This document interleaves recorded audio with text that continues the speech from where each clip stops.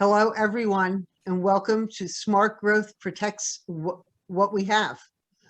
We're so glad to see you this evening for our program on the current digital gateway application, which proposes to convert more than 2,000 acres in the Rural Crescent from rural land to industrial development. In order to be considerate and respectful to everyone attending and presenting, all attendees are muted. And as you saw, the program is being recorded and will be up on our YouTube channel in a couple days. If you have questions after all the speakers are done, please click the raise hand icon and wait to be called on. You can submit questions and comments at any time using the chat function.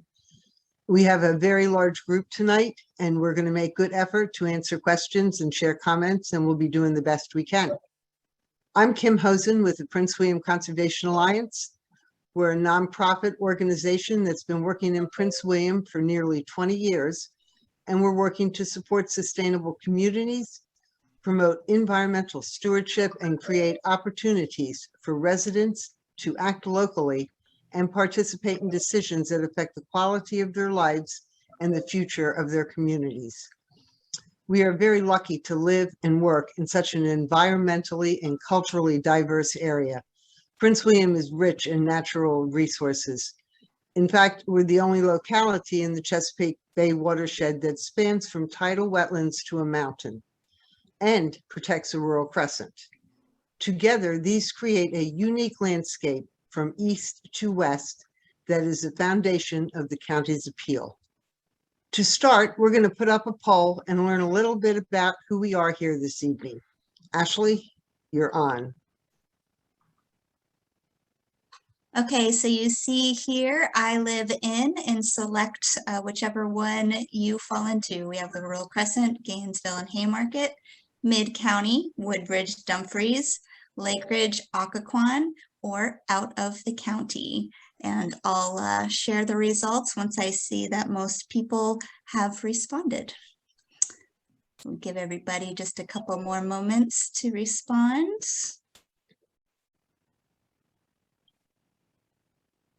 Okay, I'm going to be closing out now and we'll take a look.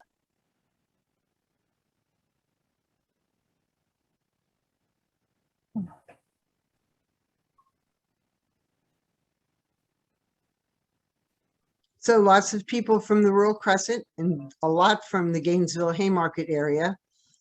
And the development area, East Prince William, looks pretty well represented also.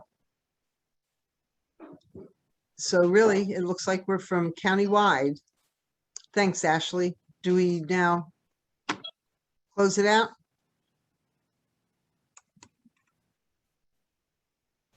And as I said earlier, we'll be discussing the digital gateway proposal, which threatens Manassas National Battlefield Park and Conway Robinson State Forest, as well as the Rural Crescent.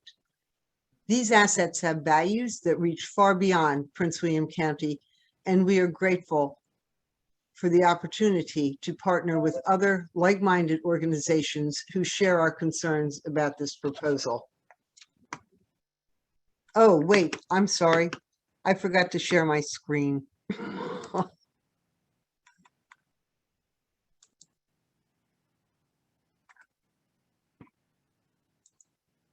And here's my first picture, which you can see how lovely the Rural Crescent is. And let me just hang on here. There. And here's our coalition of like-minded organizations that are working to protect national parks in Prince William County and the Rural Crescent. And we sure appreciate their support and their forward-thinking approach to issues that really relate to us here locally, but have a broader impact. And I want to point out as we go on that this proposal really offers a false choice between building data centers to boost our commercial tax break or protecting our national parks, the Rural Crescent, and our drinking water supply. Because we can have both. Land is available in the data center overlay district, which means we can build more data centers in the right spot, and we can also protect our environmental assets. It's not a question of one or the other. The Rural Crescent was adopted in 1998 by a 5-3 vote with strong community support from throughout the county. The 5 votes to approve were cast by supervisors in the development area. Still, one occasionally hears that residents in East Prince William are not supportive of the Rural Crescent, although there is plenty of evidence showing otherwise. Over the years, county surveys consistently show strong support for maintaining the Rural Crescent, countywide. And the Rural Crescent has also played a leading role in particular in the Occoquan district supervisor elections, notably in 1999 and 2019, when the winning candidates expressed strong support and very visible support for the Rural Crescent. Community forums and grassroots advocacy over the past 20 years also shows strong countywide support. And overall, I think it is worth noting that there are considerably more people who live in East Prince William in the development area than the people who live in the Rural Crescent. And the Rural Crescent could not have survived for more than 20 years without their support. The Rural Crescent has value for residents countywide, and people do understand that, in my view. Most of the Rural Crescent lies within the Occoquan Reservoir watershed, which provides clean drinking water to 40% of the region's 2.5 million population. The Rural Crescent plays a key role in protecting the quality and the quantity of water in the reservoir. And as you can see here, you can see Fairfax County on the north side of the reservoir and Prince William on the south. Fairfax County has taken significant steps to protect the Occoquan Reservoir, purchasing 5,000 acres to protect it as a natural buffer, limiting homes along the shoreline, and actually down zoning 41,000 acres in the watershed. On the other hand, Prince William has allowed development of 450 homes along the shoreline. We've protected only 70 acres of parkland, much of which is a small par 3 golf course, and promised to protect the upper reaches of the watershed, which is the Rural Crescent.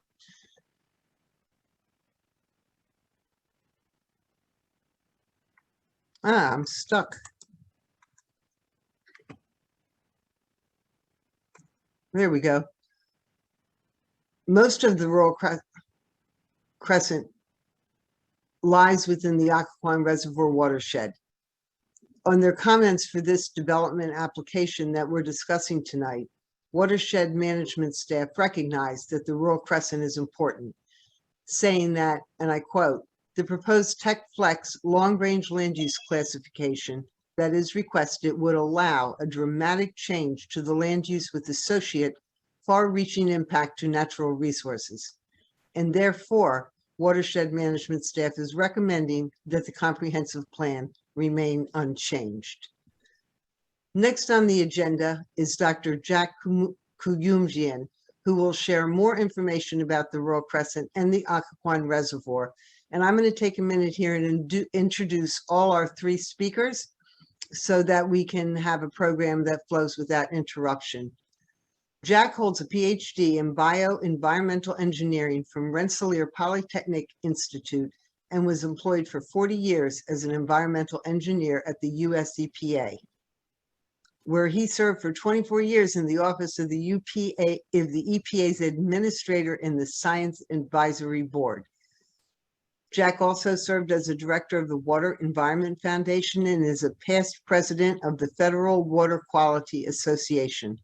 Here in Prince William County, Jack is the president of the Lake Ridge Occoquan Coal Civic Association and has been a member of the Prince William County Service Authority Board of Directors since 1995 and served as the chairman for the past 2 years.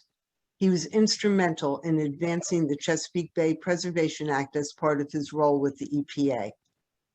Following Jack, we're going to hear from Julie Bolthouse, who will share information about the Digital Gateway proposal. Julie has worked for the Piedmont Environmental Council for 11 years and is a native of Northern Virginia, having grown up in Fairfax, Loudoun, and Clark counties. She attended Virginia Tech, where she received a BS in fisheries science with a minor in watershed management. After working with the Department of Wildlife Resources, she got her master's in urban and regional planning and a second master's degree in natural resources. She's very familiar with Prince William County, having had a number of friends from the area, including her husband, who graduated from Stonewall Jackson High School. Wrapping up the presentations will be Stewart Schwartz, who will talk about how this proposal could influence development of the Bi-County Parkway Outer Beltway. Stewart is the executive director of the Coalition for Smarter Growth, which was founded in 1997. The coalition addresses where and how the DC region is growing and has won wide support for a network of walkable, transit-oriented communities combined with rural land protection as the best way for our region to grow. He helped Prince William residents in the bipartisan coalition needed to win the 1998 Prince William County Comprehensive Plan that first established the Rural Crescent. He holds a law degree from UVA and a master's in national security studies from Georgetown. He was selected 3 times to the Washington Business Journal's Power 100, and the coalition won COG's Regional Partnership Award in 2017. We have some very impressive speakers. I'm looking forward to what they say. And again, please hold your questions till the end, and we'll do the best we can to get everybody in. And now I'm going to turn the program over. Oh, and I hear I'm not flipping my slides. And this is with Julie's presentation and Stewart's. And now I'm going to turn the program over to Dr. Jack.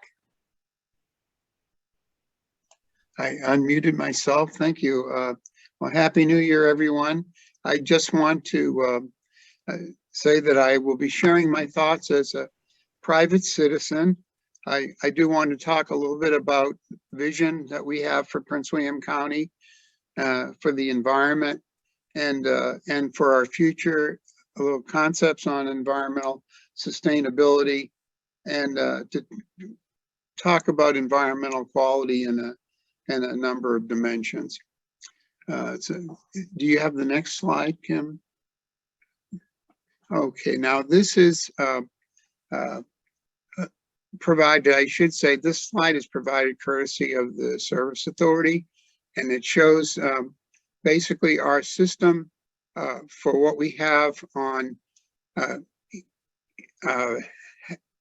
treating water from the Potomac River for the through the Corvallis plant, and then sending that to homes. Now, in the western end of the county, we have the Corvallis plant, but we also have a mix. We can have other from the Griffith plant as well, but we provide for water in the western end largely with the Corvallis plant. Now, this is a regional system, so there's cooperation between Fairfax Water, Prince William County Service Authority, the city of Manassas, and Manassas Park, all working together as a regional entity, if you will. And so the homes are provided for water from the Corvallis plant in the western end, but we have a very significant groundwater population as well in western Prince William County and Mid-County, and some in the eastern end as well. But these sources of water are mixed. We have groundwater and surface water. We have also this upper Occoquan Service Authority plant that treats water. Now, at the time that this the UOSA was formed back in the 1970 timeframe. It's a time frame when actually in 1969, NEPA was passed, National Environmental Protection Act. The nation had an awareness of environmental issues. We actually had Republican President Nixon signing NEPA, creating the EPA, the Council on Environmental Quality, and we had awareness in our region that we had to do something special regarding treatment of waste. So the vision that we had was we would work together as a regional entity to create the Upper Occoquan, was originally known as the Upper Occoquan Sewer Authority, but to treat everything above the headwaters of the Occoquan so that anything that would enter upstream into the Occoquan would be as clean as possible. The UOSA plant and the Mooney plant in the eastern end represent an upgrade to the area when we had dozens of ineffective plants, and the Occoquan was festering with algal blooms, fish kills. It was a foul place, and it needed to be cleaned up. And so this was resolved by the governments to do something dramatic. In fact, the Upper Occoquan Service Authority, the plant, has water reclamation in the true sense to protect the Occoquan.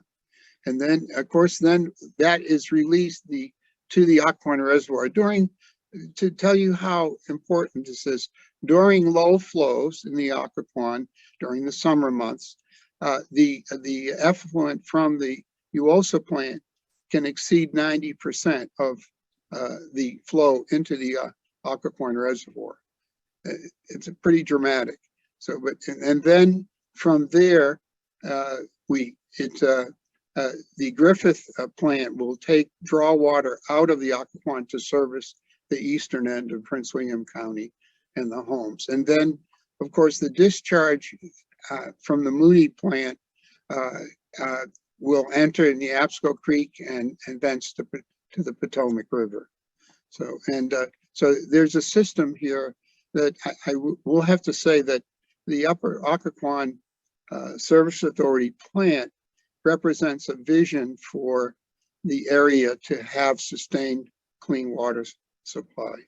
And I'll spend more on that in some of my other commentary.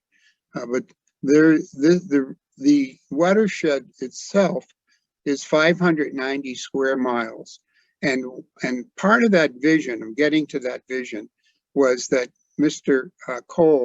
Norman Cole, came out of the Navy with Admiral Rickover. It was a closed system on submarines that water had to be recycled and used for drinking by the crew and all that. And when Mr. Cole arrived at the here in Northern Virginia, he looked at the watershed and said, "Oh my God, we're all living, working, playing in this reservoir watershed, and we need to do something dramatic to make sure that we have a sustained water supply for the future for the area, for Northern Virginia." And so that, as an outgrowth, helped launch that vision that we had back in this 1970 time frame. Okay, then is the next slide. Let's see, what do we have for the next slide? Okay, so here we have the vision that we have for the area. You can see the watershed, and here, in order to keep our house clean, our house in order, we had to put in a dramatic effort to have a clean system for entering the Occoquan upper reaches, and that's why the UOSA facility was designed the way it was, to protect the Occoquan Reservoir as a water supply. And you can see that there's another vision at play too, and that is the Rural Crescent. Here in the Rural Crescent area, we have to have low density for protecting all the streams entering into the Occoquan upper reaches in order to protect the water supply. Also, we need to have low density to protect the groundwater supply for the residents in that area. So the policy that we had 2 decades ago to have one home on a 10-acre lot is part of that. Now, that may not be the only answer, and people are asking questions, well, what other things can we do? But the whole idea was to have as much pervious surface to recharge the groundwater, to have healthy groundwater supply, and also to have clean streams in order to receive waters that are not burdened with nitrogen, phosphorus, etc., and sediment. Do we have the questions also, Kim? Were we going to display those? I'm happy to launch your poll now, Jack, if you'd like. Oh, okay. Let's see. What do we have on? Yeah, if you could display some of those questions. It's about the storage capacity of the Occoquan Reservoir. Yes, I think so. Yes. All right, let's do it. Okay. Okay, so we have 2 questions here. You might need to scroll down to see question number 2. You'll answer them both at the same time. So number 1, how much storage capacity has been lost in the Occoquan Reservoir due to sedimentation over the past century? Choose one. So we have 1,000 gallons, 10,000 gallons, 100,000 gallons, 1 million gallons, and 1 billion gallons. Let's go ahead and start putting in your entries. And the second question, like I said, you may need to scroll down. How much does that represent in the total storage capacity of the Occoquan Reservoir?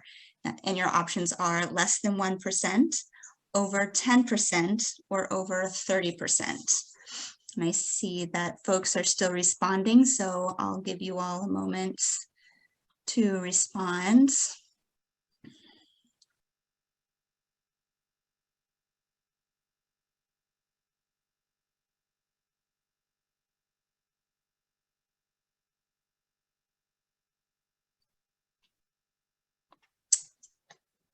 Give you just a moment more.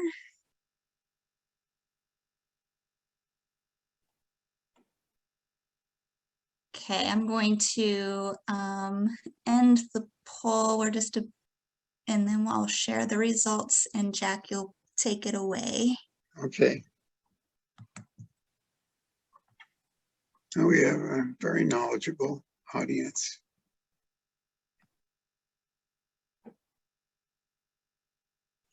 You may need to scroll down. Can you see question number 2? Yes. Sorry. Yes, I can see it now. Yeah.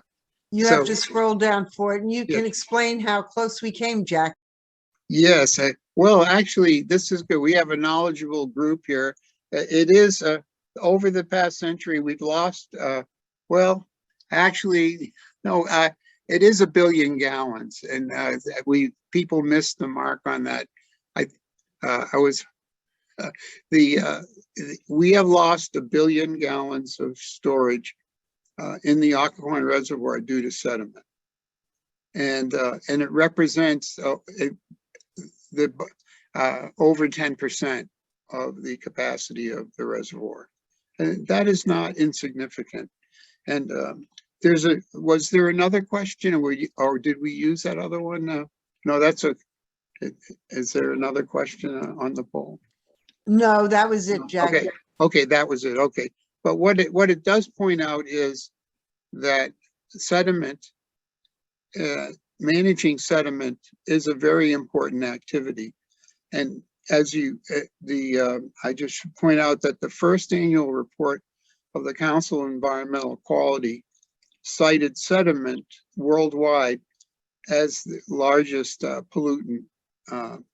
And that directly gets at issues relating to stormwater and surface waters to receiving water bodies. And what are the activities that generate sediment? And the sediment contains all sorts of things, including nutrients, nitrogen and phosphorus, and creates a sink in the reservoir. The reservoir itself, classified by trophic state, as a eutrophic body of water. That is, it's nutrient rich, and so those sediments get entrapped in the not only in the water column but also in the sediments themselves, and can be released depending on chemistry. And so we have a challenge for us to manage stormwater to reduce sediments. And in fact, the Chesapeake Bay Preservation Act has targeted nitrogen, phosphorus, and sediment as part of the TMDL, total maximum daily load goals, to clean up the Chesapeake Bay. And we also have to be diligent in our community to try to meet those TMDL goals for cleaning out the bay, but also to have sustainable water supply with high quality water by having sensible land use practices. So in the Occoquan Reservoir, we have, as Kim had pointed out, 40% is of the watershed of that 590 miles is in Prince William County, but we have almost 36% in Fauquier County. We have a little over 17% in Fairfax County. We have just under 5% in Loudoun County, and it's the reservoir has to be protected by sound land use practices in all those portions of those counties in order to maintain a quality water supply that provides for 40% of the drinking water for nearly 2 million people in Northern Virginia. And so I would say that we have a lot of visionary things that have been done in the community. For instance, when there was a vision back nearly a century ago to have the 15,000 acres for Prince William Forest Park, that land had to be purchased by the Department of the Interior. Prince Forest Park was once the town of Batestown. That's where Batestown stood. It was an enclosure for freed slaves named for Mary Bates, the matriarch of the community. And the Prince William Forest Park, originally established, was known as the Choppawismic Recreation Demonstration Area back in 1935. And it housed children's release camps during the Great Depression, but it was renamed the Prince William Forest Park in 1948. Now, when that land was acquired, it was acquired to protect Quantico Creek watershed. And in fact, the land acquisitions acquired about 80% of the watershed. And in fact, Quantico Creek is used as a benchmark for water quality in Northern Virginia as a result of those practices to provide for Prince William Forest Park. We also have some other significant things in our area. The other national park, the Manassas National Battlefield, the park was established in 1936, but it was preserves 5,000 acres and in the Virginia countryside, if you will, and the site of the was site of some of the bloodiest battles of the American Civil War. And there are over 700,000 visitors a year to the national park, Battlefield Park. And so these things required vision to set aside the 5,000 acres for the national park, set aside 15,000 acres for Prince William Forest Park. We also have Leesvania State Park, which was set aside in 1978. And there are others, Mason Neck State Park in 85, Great Falls Park in 1966. But all of these established green areas were a result of a vision of different parties, and Prince William County is a recipient of that vision. Now, and I just wanted to say, I'm probably running out of time here, Kim. I don't know how much time I have left. Yeah, you got just a few minutes. A few minutes. So we want to. To wrap up. But I would say the Rural Crescent also is a part of that vision. And here we need to be conscious from a sustainability point of view of those things that are very protective of groundwater recharge and the water supply in the area. And we also have to look at, we have to steer clear of infrastructure that drive land uses toward intense uses, such as that will have large demands on the energy grid, large demands on the water supply. And in fact, the data centers is a notable use that requires huge amounts of water and huge amounts of energy in order to operate.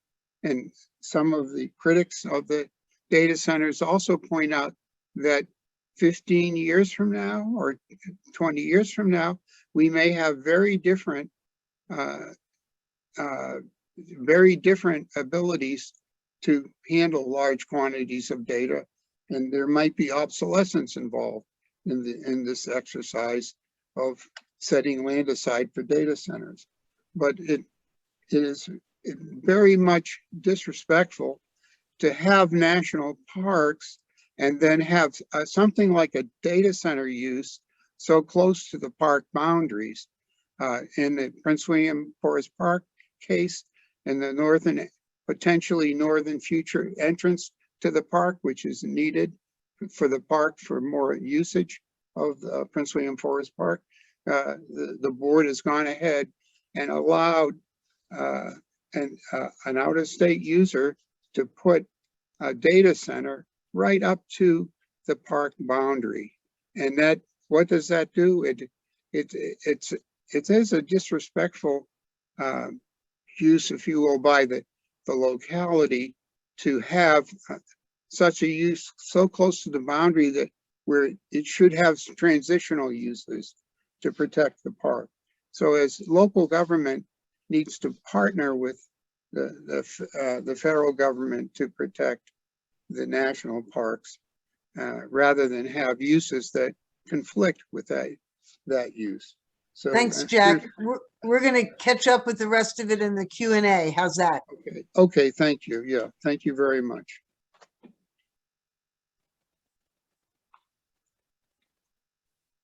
Want me to go ahead and get started, Kim? Okay, you're muted, but I think you bet. Now. Okay, so hi, this is Julie Bolthouse. Let me know if you can't see my screen. But I'm going to talk about what is proposed in the Digital Gateway proposal for those of you who did not have the ability or time to read through the, I think it's 400 and some odd pages of the application and the traffic studies and everything associated with it. So first of all, I'm the Deputy Director of Land Use with Piedmont Environmental Council.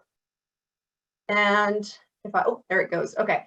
I'm going to go ahead and just give a brief synopsis of what is in the proposal. So first of all, let's be really clear. This is a comprehensive plan amendment. Now, the comprehensive plan, as many of you probably have heard, is just a guide. It is not zoning. It is what the county uses to guide rezoning proposals. Okay, so this is only a comprehensive plan amendment and does not have an associated rezoning with it. So it would be the guide going forward. And what it looks to do is change the land use designation from agricultural to tech flex. It would remove 2,133 acres from the Rural Crescent and put it into the development area. It would increase the, well, it would make the density of the area 0.3 FAR, which basically, just to clarify, that would be about 27 million square feet of data center. At least that's what they have put in their proposal. And it would widen Pageland Lane to 4 lanes, a divided parkway with 6 major intersections and a number of smaller intersections with turn lanes and other things like that.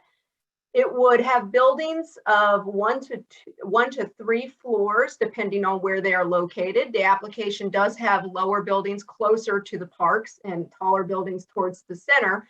But we don't really know what the floor, like the floors of data centers, if you've ever looked at them in Ashburn or other areas, they're very large floors. So we don't really know exactly what the height of the floor they're talking about is. So we don't really know exactly what they mean by floors. They are planning to, in their application, it says that water and sewer will be extended from Gainesville Crossing and Heritage Hunt area. So we're talking about extensions of water and sewer infrastructure. We're also talking about new substations and possibly new transmission lines, although that's not necessarily stated in their application. It can be assumed based on what we've heard from Dominion about what is necessary for the construction of these data centers. All that being said, their justification for this proposal is that the county needs additional land for data center development, and the county revenue from the future data centers, obviously that would go towards schools and other things like that. And the area is no longer rural due to the presence of transmission lines and some traffic on Pageland Lane, and also the Bi-County Parkway. It's not really completely clear what that means, but we'll get into that a little bit more later on. But there is a plan for a Bi-County Parkway that came out in 2015. It's not in Prince William County's comprehensive plan to have a Bi-County Parkway, but it's still part of their justification. So just now that you've heard what they're proposing, I'd like to ask a poll question here.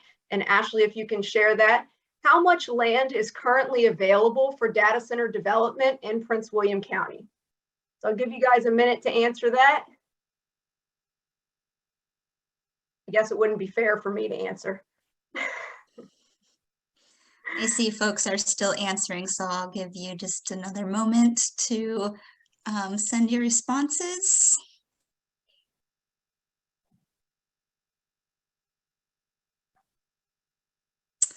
Okay, I'll wrap up here and share the results, and Julie, you can explain what we're seeing. Okay, so wow, you guys are really smart. You have the right answer. It is 2,400 acres.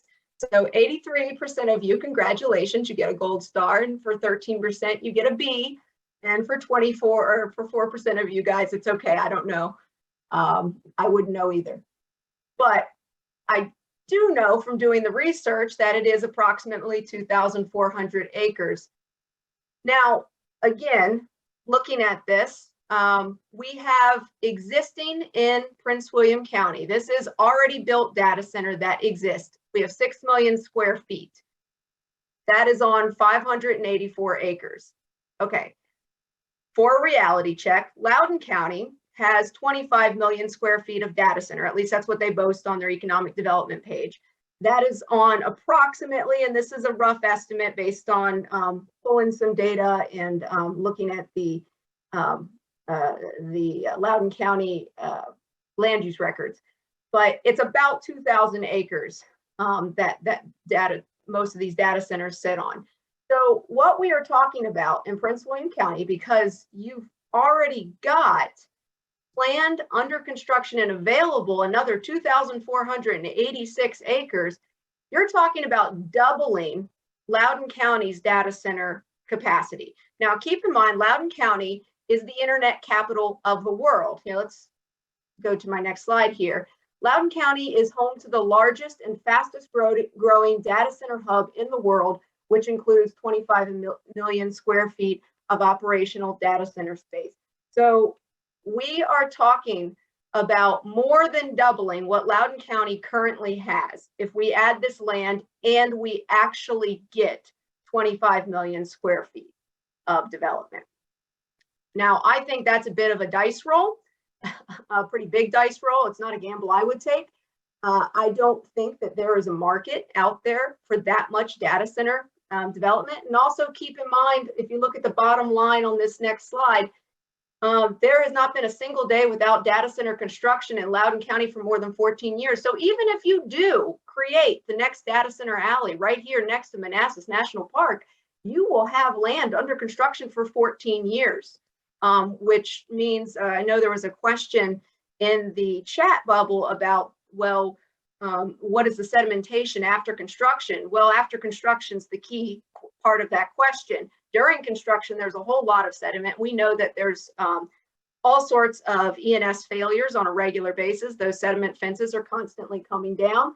So for 14 years, you're going to be contributing sediment if this were to actually come to fruition.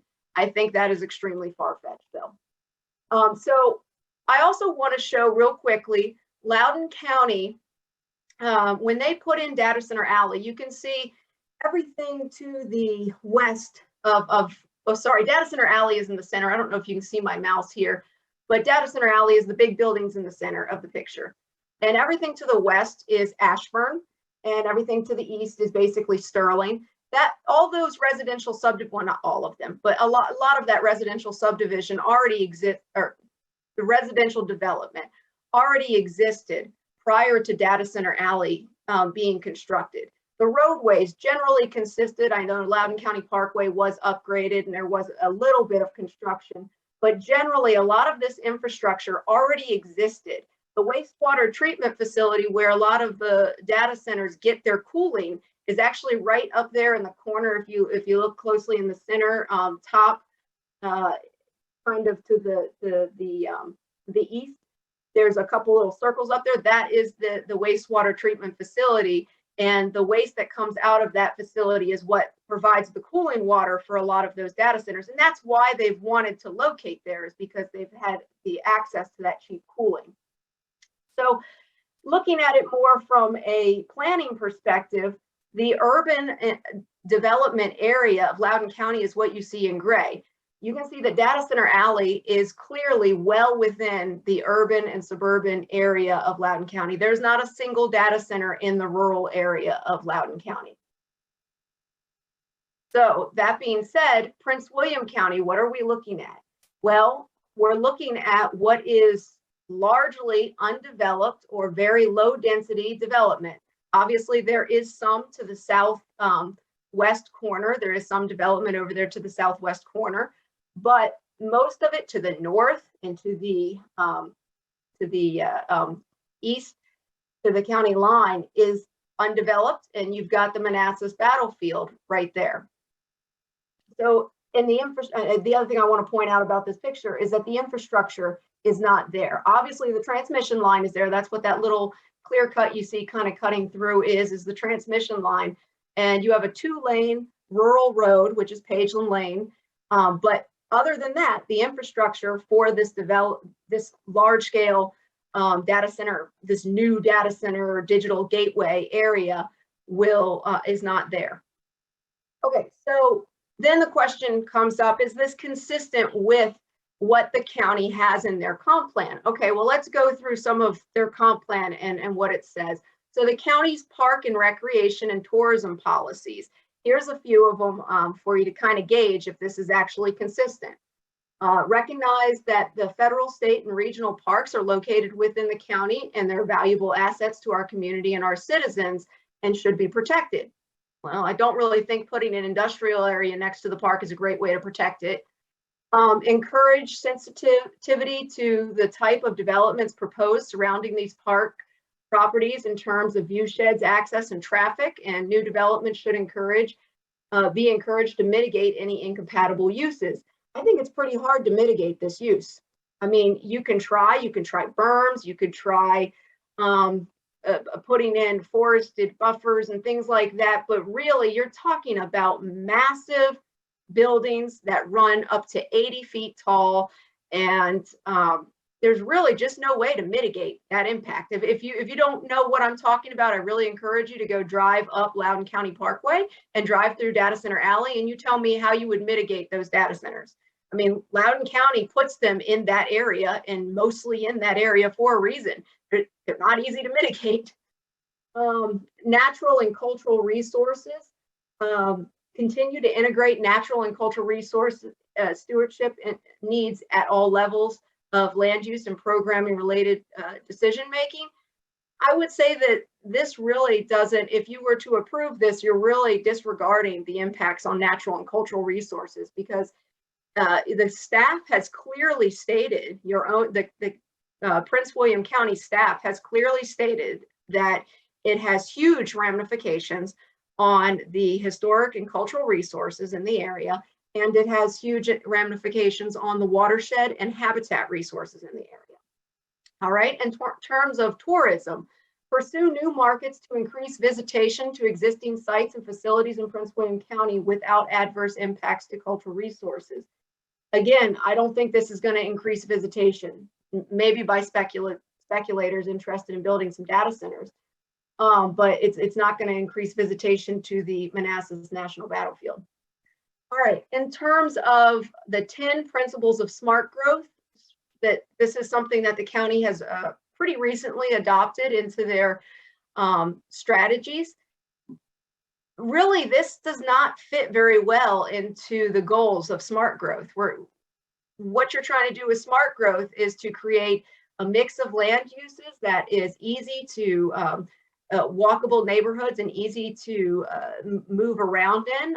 You want to take advantage of compact, environmentally friendly and energy efficient building design.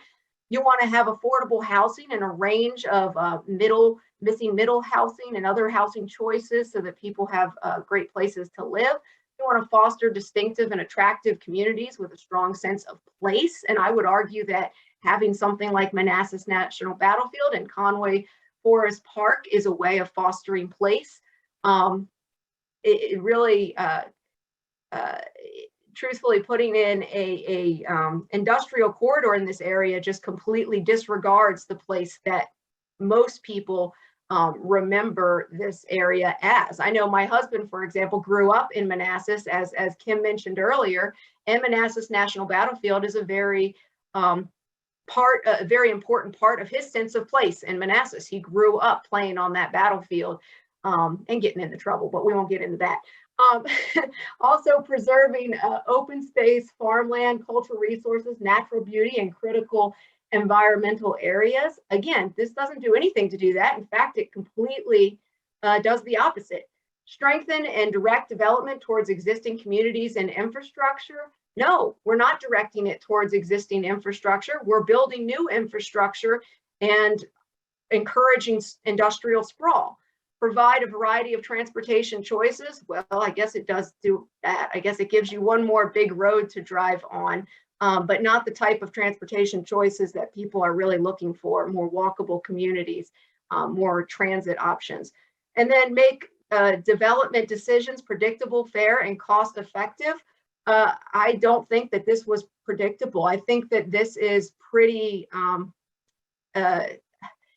shocking to most people when they really start to delve into it. And I honestly don't really feel like it's very fair to the rest of, I mean, if these landowners are able to change their agricultural land to industrial and raise the value of it significantly in doing that, how is that fair to the rest of landowners at the edge of the Rural Crescent? Shouldn't they be able to do the same based on the same very flimsy justifications that this application is using? And then cost effective. You're having to put in a significant amount of infrastructure to make this happen. And I understand the application, to be fair to them, it does say that the cost of the roadway and the cost of extending water and sewer would be paid for by the development. I just, when you look at those costs, which we'll talk about a little bit more further on, it's difficult to see how that would happen. All right. And finally, we have encourage land use patterns that support the goals and objectives of the cultural resource plan. I don't think it does that. It completely, it very much impacts the park, which is one of the sites on the National Register, which are specifically supposed to be protected. And then protect existing and planned land uses from encroachment of incompatible uses. The plan explicitly says that residential uses next to industrial are inherently incompatible, and it would be extremely difficult to mitigate that. So what does this mean for the Rural Crescent? Well, it means major land clearing and an increase of impervious surface, increasing sediment into streams and reducing groundwater recharge. It means habitat loss and fragmentation. It means loss of rural and agricultural uses. It means an impact on tourism as a result of the land clearing, road work, and industrialization around the Manassas battlefield and Conway Robinson Park. And it means impact to those historic resources, which includes some cemeteries, and impact to the recreational use of the park due to potential noise, visual, and air and water quality impacts. So what does it mean for the Rural Crescent, the rest of the Rural Crescent? Well, if the justification for this proposal is one of the major reasons is transmission lines, well, there's transmission lines all over the Rural Crescent. This map shows you the dotted orange lines. Those are transmission lines. You can see they go through Nokesville, they go through near Quantico, they're going through everywhere. So is that, as we build new transmission lines, are all of those corridors going to be subject to these massive industrialization requests? And then finally, finally, the Bi-County Parkway is a huge aspect of this, because the staff has indicated that due to additional traffic projected with this change in land use, approval will necessitate adding the Bi-County Parkway back into the county's transportation plan. And I put this little graphic just to show the circular logic here, because the Bi-County Parkway is included as a justification for the PC, for the comprehensive plan amendment. But the Bi-County Parkway is not in the Prince William Comprehensive Plan. So basically, by approving the CPA, we will put the Bi-County Parkway back into the plan. So the justification is also the result, which doesn't really make much sense. So the transportation, just to give you a closer look at the transportation improvements, I don't want to go too much into it because I know I'm over time, but you can see we're talking about a 4-lane divided road. We're talking about additional lights, additional signalization. We're talking about major interchanges, and this is only the 6 major interchanges. It does not include the 11 other interchanges that are discussed in the proposal. And the cost of these road improvements, well, the estimate from the applicant's study, from the cube analysis that was required by the county, is $90 million. Again, that gets me back to, I don't think that this development is going to be able to pay for itself. This is a $90 million expense for this roadway. That being said, what does the Bi-County Parkway mean for the rest of the Rural Crescent? Well, the Bi-County Parkway goes past this parcel and it goes down Sanders Lane. So it means that Sanders Lane will likely also see additional development and widening of the roadway, obviously, to complete the Bi-County Parkway, being that that's part of the justification, and being that staff is saying we'd have to add it back in. It also means that everything east of the Bi-County Parkway, the rest of this pink that you see that's east of this proposal and east of Sanders Lane, would likely also be removed from the Rural Crescent, because it really just, it's going to be difficult for it to remain rural. And then what's even more worrisome is the cost that we don't know. The cost of extending the water and sewer to this area, the loss of revenue from the impact to tourism, the cost of the water quality impacts, as Jack was speaking to, the cost of groundwater depletion and contamination, because all the people who are on wells nearby to this development may start to see contamination, or they may start to see the groundwater deplete. Cost of degradation to recreational resources, cost of completing the Bi-County Parkway, because like I said, To complete it, you have to do Sanders Lane too. So we have to do Sanders Lane, and also we have to have a new interchange with I-66, which again was removed from the Prince William Comprehensive Plan in 2015. And then the cost of induced growth from the Bi-County Parkway is unknown. And with that, I will turn it over to Stewart and apologize for going over time. Thanks for a great presentation, Julie. I'm looking forward to listening to Stewart next. Here I come. Stand by for shared screen.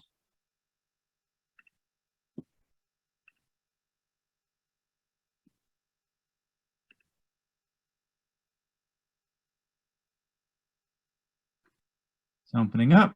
There we go. All right. I'm Stewart Schwartz again, Executive Director, Coalition for Smarter Growth. It sounds like a bad movie. The Outer Beltway Returns. Sounds like a Star Wars movie. Let's go through. Let's see how my slides are doing. Hold on. There we go. Just for reference, you know, we're 25 years old now. This is our service area, 2 counties in Maryland, DC, and Northern Virginia. And I've always been the key staffer to focus on Northern Virginia. We now have a terrific new staffer to help me out. Sonia Brehe is our Northern Virginia Advocacy Manager. In 2002, working with Piedmont Environmental Council and a national transportation reform group, we came up with a PowerPoint vision for the future of the region. And that's a vision that of a network of walkable communities, walkable transit accessible communities, places that use less land, allow for more walking, biking, and transit use. And it's matched with rural conservation strategies, such as the Rural Crescent that we helped win in Prince William back in 1998. And the reason we came up with this vision for the region was because we were contesting this vision of the region. This is from the Northern Virginia Transportation Alliance, founded in the late 1980s by the region's biggest speculative land developers, including John Till Hazel. And I call it multiple bypass surgery, and it's not the good kind of bypass surgery. Significant number of highways. Pay attention here to number 7, which is the version of the Fairfax County Parkway, but also look over here at the number of routes that they've been talked about through Prince William. Coming up the 234, there's the Prince William Parkway. You know how they've been joined up in here. And this is the one we're talking about here, number 13 on the map.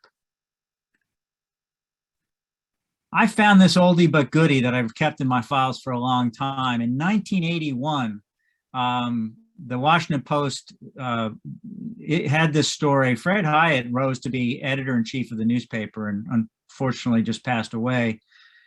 He exposed that there was an arrangement for rerouting the Fairfax County Parkway to benefit the land, not only of the person who was serving on our Commonwealth Transportation Board, but of Mr. Hazel as well.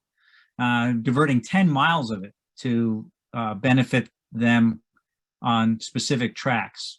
And here's a list of some of the tracks that would be involved. If you'll notice, some of these are warehouse and storage space. So there's a long history of tying lobbying for road infrastructure, new highways, with speculative development.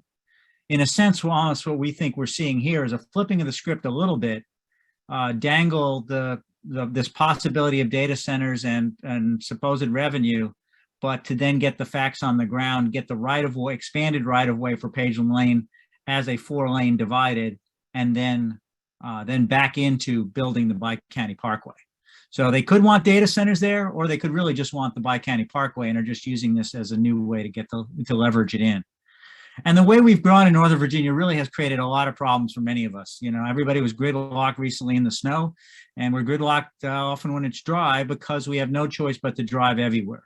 And the world that they built for us in the 60s, 70s, and 80s, and somewhat beyond, would separated all the uses. This is Centerville. We pick on it because, like, where's the center in Centerville? You've got all the components of a villa or village, churches, shopping, homes of different types, offices, but you're not going to walk here. You're only going to drive. And so the growth in Northern Virginia has been tied to these super arterials, wide arterials and highways, and then separating uses, forcing us to drive. And they're proposing essentially to do the same thing again through this corridor. What does it mean for our lives? Here's soccer mom, soccer dad life, driving everywhere for everything. and lots of parking needed. And speaking of impervious surface, has been damaging our watersheds, land that we're losing that could have been used for parks and open space or more affordable housing. And it's not very conducive to our children walking to school, as you can see in many parts of the region that we have built. So if it's not safe to walk, you're going to drive. And we've spread out. This is a Chesapeake Bay Foundation study from year 2000, and it shows projected growth and where it was going to happen based upon comp plans and zoning. And here's how it spread. I'll toggle back. Here's how it's supposed to spread by 2030. And as you look at it closely, you start to see how much of that has happened in Prince William and in Eastern Loudoun as predicted. A lot of impervious surface in that, and a lot of places where you only have a choice but to drive. It's had a major impact on households. People don't always think about this. While you might find a more affordable house way out or farther out, you're going to pay for it in your car costs. If you have 2-3 cars per household, it's expensive in your household budget. And the last real estate bubble essentially was popped. You know, the sort of the straw that broke the camel's back was the big jump in gas prices during that period, almost a 4-fold increase. And we're spiking again. We've been spiking again towards that $4 mark. We tried to build our way out of this. Here's the first Beltway shot, like probably opening day. There's our Beltway today. There's our Beltway with hot lanes. And we've spent a lot of money on interchanges to try to build our way out of this. And we seem to keep trying to repeat this mistake all over again. We've even tried outer beltways in one place in Maryland, in Montgomery County on the Intercounty Connector. Here's where they're clearing it through what was supposedly, most people thought, parkland. And interestingly, it was sold as a way to relieve traffic congestion, but these are from one of the 3 federal environmental impact studies, and it said it would never relieve congestion on the Beltway, basically. And so now, of course, they're trying to widen the Beltway in Montgomery. So out here where we are, where the Bi-County Parkway would be built, we've got a long history. We call them vampire roads because they always rise from the dead, and that's what's happening again. 1988, there was a 234 bypass extended proposal, also tied to Mr. Hazel's Battlefield Mall proposal at that time, one of the many battles of Manassas to try to protect the fight to protect the battlefield. But it was directly tied to extending the 234 bypass north of 66.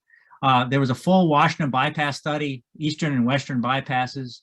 That was killed. Then in 1996, 97, there was the Western Transportation Corridor. We blocked that, and in part because Quantico didn't want its impact on the Marine Corps base.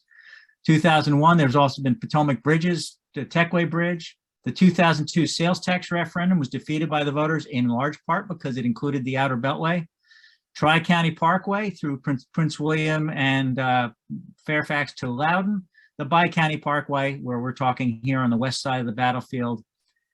Pay particular attention to this north-south corridor statewide significance. That was another proposal. That's on the entire 234 corridor from I-95 to I-66 and north into Loudoun along the western bypass route. A couple of the Loudoun roads that they've incrementally been building to connect to this. Revival of the 234 bypass and also the Manassas Battlefield bypass around that 2013 time. Another Potomac Bridge push, and today's revival of them. Sorry, it's supposed to be 22 of the Bi-County Parkway. Just for fun, here's some of the old maps from the archives. I have the hard copies in my files of the Washington bypass, east and west on the right, and the western version of it on the left. And here's the 97 Western Transportation Corridor. This is the one where they pushed it south of Quantico, and the Marine Corps was strongly opposed to that. So I think that's why it finally died. But it's come back in a number of forms. Now, in terms of the bypasses around the battlefield, the route to the right is generally the Tri-County Parkway route. The route to the left from the black line, 234 existing, is roughly the 234 bypass.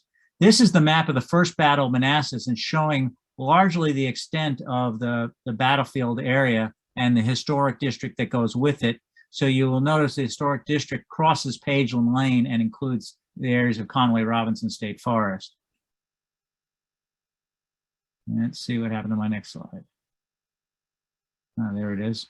Slow to come in. This is actually a map of the second battle of Manassas, and pay attention. We'll focus on the left on the Bi-County Parkway. You will see some red troop formations here. These are Confederate troops massing for Longstreet's massive counterattack on Route 29 that won the battle for the Confederacy.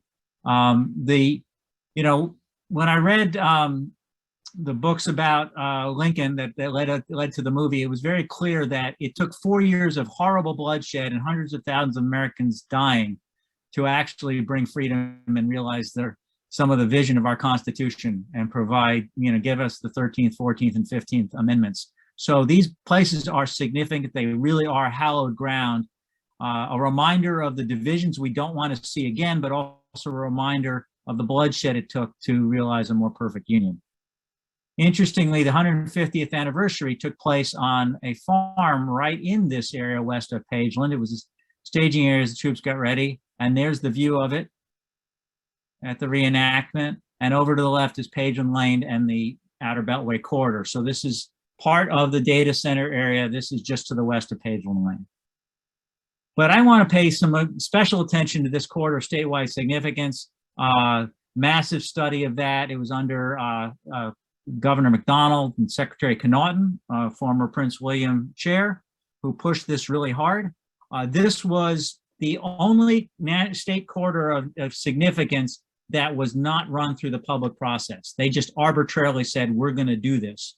They did the numbers, and they picked the 234 corridor that you see here. So when we're talking about these data centers and this corridor north of I-66, it is a core part of the strategy of building this outer beltway, building what is effectively going to be a truckway along the 234 corridor. So it very much will have a massive impact on any residents in Eastern Prince William on 234. 234 will become much less of a Prince William road, much more of an interstate road.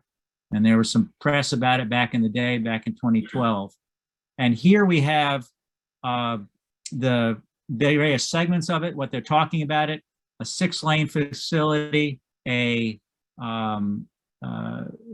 all the way up to 66, then 4-lane facility. They even talk about using hot lanes for this as a possibility, but there it is. Here is something significant, we think, is that the big push for warehouses right now, and partly it's our own fault, people buying lots of stuff online, partly it's also the shipping problems, people are trying to pre-stage more stuff locally, but as Julia showed, there's already a lot of land for industrial.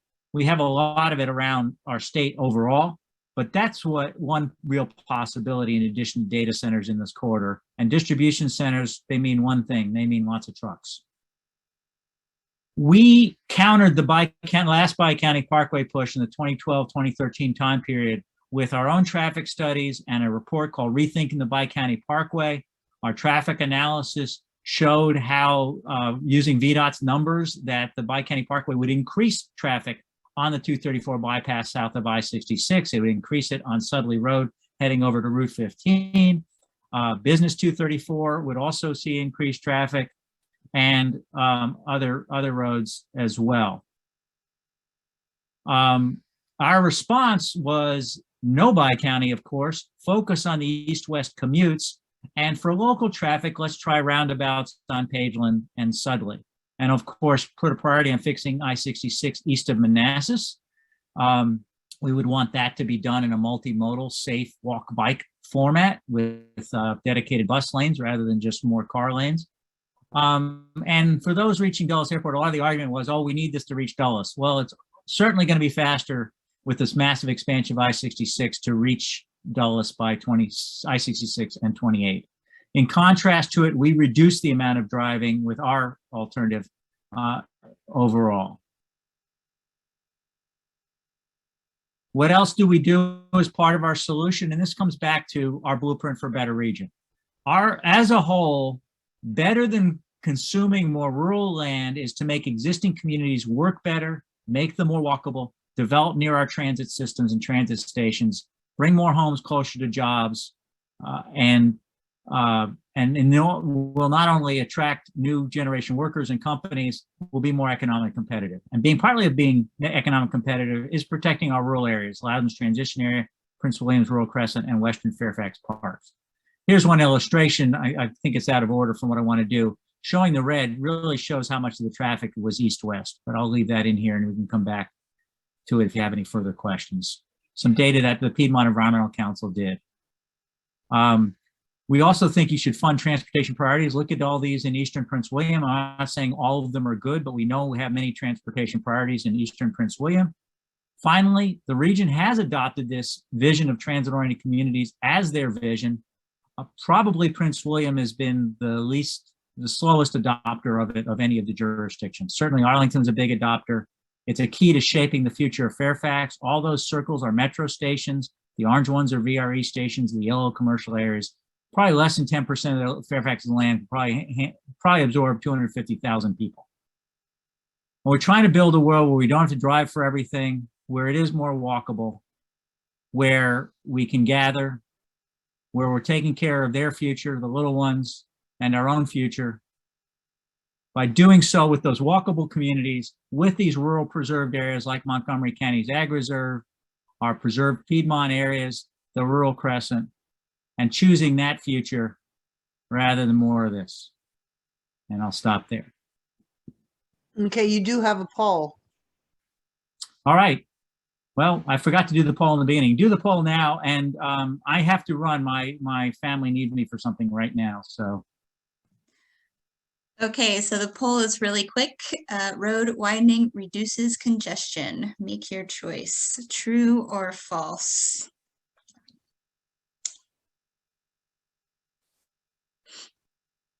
I see folks are still responding, so I'll give you just a minute.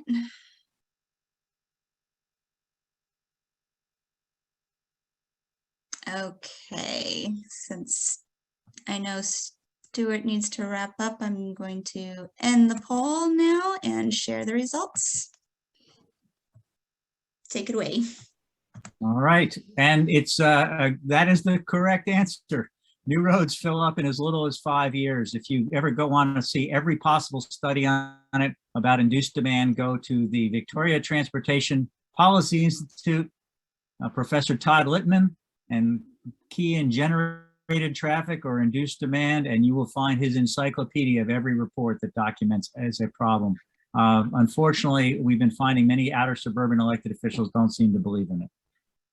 I'm going to step away for a second, Kim. I'll be back to answer questions in a few. I need to see what I'm needed. Thanks for joining us on a difficult night, Stewart. And we're going to move to questions and comments. And if you would like to ask a question, make a comment, raise your hand, or click on the icon.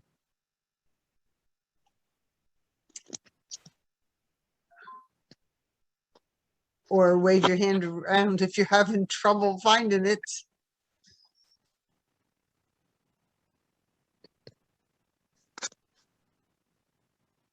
Well, while we're waiting, I would like a question about to ask. You brought up sedimentation, Julie, in your presentation, and I think I saw some things in the chat I just kind of skimmed by that talked about sedimentation, of course, during construction, but, and Jack can probably jump in on this too, but sedimentation after development just caused from the impervious surfaces and the increase to stormwater runoff. Would be a long-term concern for the reservoir. I thought there was actually an excellent answer in the chat. But Jack, feel free to correct me, but basically as our water hits impervious surfaces, the velocity increases, which takes away additional sediments and often runs off into parking lots and down those sewer drains. And scouring, it increases velocity. And so you need to have best management practices for stormwater. So opportunities to slow it down and allow the water to infiltrate and collect the sediment before it reaches the water body. There are ways to do that. But from my experience, the biggest sediment impacts come during construction. Right. Yeah, the silt fences it can be very much improved, but they do help a lot. Okay, Marilyn.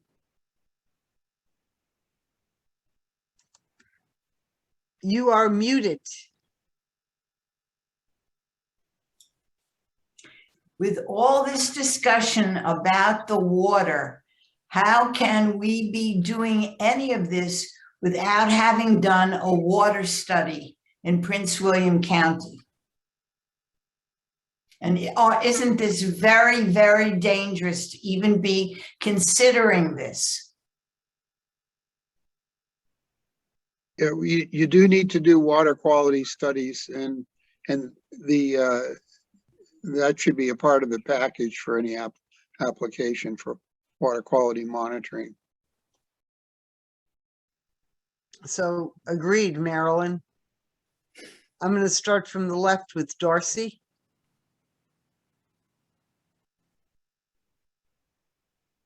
So one of the things I've never understood is, since Loudoun County charges almost 4 times the tax rate on their data centers than Prince William County, I've never understood why we need to build more data centers and still charge the paltry tax rate on them, and rather than just, you know, double or triple our tax rate on our current data centers and get more money.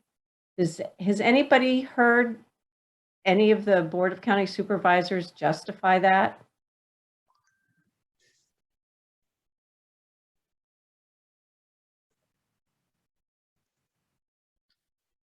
I don't think so. No one has an answer or response to that. I mean, Kim, do you want me to- Sandra, do you have a response? Oh, this is Jack. I was at the hearings when Corey Stewart and the board did have the low rates. You know, they set low rates for equipment, taxes, and computer equipment, peripherals for the data centers. And they felt it would be a bait and switch because they were trying to attract the industry in, and they didn't feel so motivated to raise the rates. And that seemed to be part of it. And Sandra, you're on mute. We can't hear you, Sandra. I'm sorry, I thought I was unmuting while just using my space bar. I think when Pete Canlon was here to give us a briefing on the budget, he indicated that he did convince the Board of Supervisors to raise the rate from $1.25 up to $2 or $3. No, So I don't know the exact rate, but it was increased in the current budget, but it's still not high enough. no, it's still under $2. It is? Yeah, it was a paltry amount. Okay, I talked with them about it. okay, thank you. Bob Weir has his hand up. In response to this, Bob? Of course I do. And the truth of the matter is almost as silly as the reasoning. The principal reason that they have refused to raise it for more than a decade, and they've said this over and over again, is if we were, and this is generally speaking, this has been the position of the oh God, why can't I think of the name? Oh God, well, the Chamber of Commerce, that if the county raises its tax rate on data centers, the data centers will leave. Well, if you raise it to half the rate of Loudoun, it's still cheaper than Loudoun, and you're not going to abandon your multi-million-dollar investment in buildings and infrastructure and everything else to move to a county with a higher data center tax rate. But the logic in that argument seems to escape this board and the past board.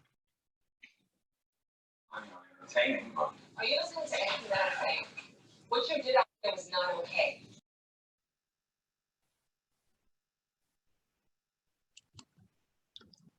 I didn't hear what that was. You're on mute, Bob. And that's how you mean to be? Yeah, I couldn't hear the question either. And no repeats? Sunny, you have a question or comment and you're on mute. I guess my question is, would solar farms be, I mean, I don't know the dynamics in terms, I'm sure they would need more acreage. Would they be an optimal solution or offset to data centers in general? for Elena, one you solar got a farm? response? So the problem with how we do solar panel development here is, first of all, we call them farms and they're not. It's a great marketing tool, but they really are more an industrial facility. And so the other issue is, if you look at the data center or the solar panel development that has occurred in Virginia, you will, and you compare it to the power needs of a data center, for instance, let's just use the 3 million square foot proposal that was just approved on Cat Harpin and 55. That's over 300 megawatts. You will need to clear thousands of acres to get to that 300 megawatts. So when you do the comparison, you're never going to get enough solar generation that you will need for the massive load consumption of data centers. So that's not really really what needs to happen is data centers have to become more efficient. And until that time, we can use solar and renewable as a bridge. But we have to be really careful how we build the solar facilities, and they should be more agrivoltaic, which you can actually combine agricultural uses, but we're not doing that in Virginia. So that's part of the issue with renewable, because simply the needs of data centers is astronomical. And Sunny, we do have, you also have to consider, I mean, we have one solar farm, quote farm, in Right. Prince William County that was recently approved or within the last few years. And Okay. it replaced a forest with solar Oh. panels. So that is also something when you're thinking about solar to maybe give some thought to. Did this answer your question? I guess I brought it up because I understand that, unfortunately, in my many travels, Fauquier is going to have one, and I didn't know why would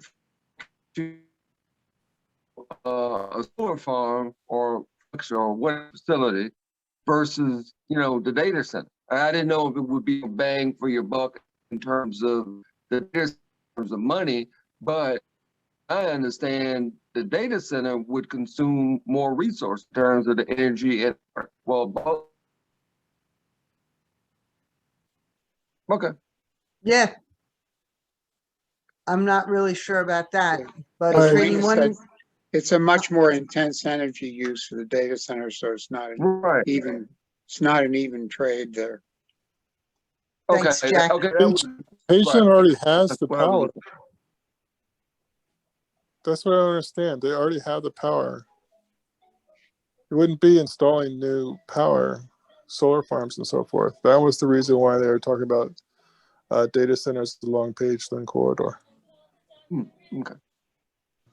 Sarah. That's, Oh, go ahead, Elena. Tim, I'm sorry, I just have to interject.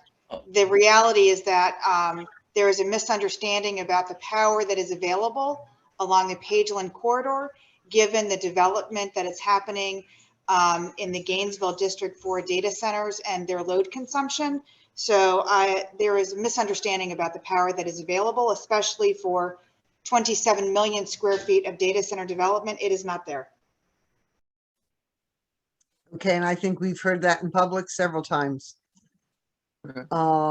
Sarah, do you change your mind about a question or you're ready? No, I'm ready, but Elena had said what she had to say. Okay, it's all good. I guess I have two questions. One is, and I put it in the chat, I'm kind of wondering how much this new redistricting is going to be influencing the whole data overlay district thing. And second, why can't they just put the data centers in the overlay district? So that's two questions, and anybody can answer who wants. Thank you. Well, I will start off with why they can't put data centers in the overlay, which I think is a huge mystery. I don't understand that at all. And I think, Dan, you were going to say something? Well, the whole thing with the county right now is they're doing a 20-year plan. This is not anything new. It's county has to do a 20-year plan every 20 years of the layout, and that's what this this is actually part of right now. This is not like a special thing. I mean, it was started as an addendum, but basically now it's pushed into the 20-year plan of the whole entire county. Okay, thanks. Well, And go I ahead. I know that redistricting has to happen, but it just seems so skewed that there might be some supervisors who would want to go for more land use than, let's say, others. So that's what I'm kind of wondering, the big skewing of the districts, especially Coles. That's kind of what I'm wondering about, if that's going to really make a difference at all. I know they have to do it, but that's what I'm wondering. Mm-hmm. I don't want to name any names, but I could. Well, there's But I also, won't. I would like to add on too, that they already approved and they are building a data center at the end of 29 and Pageland right now.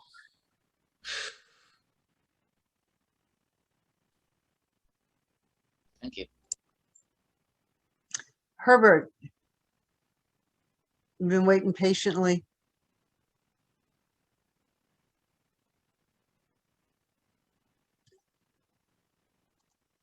Mr. Tuttle, you there? Yeah, he has to unmute.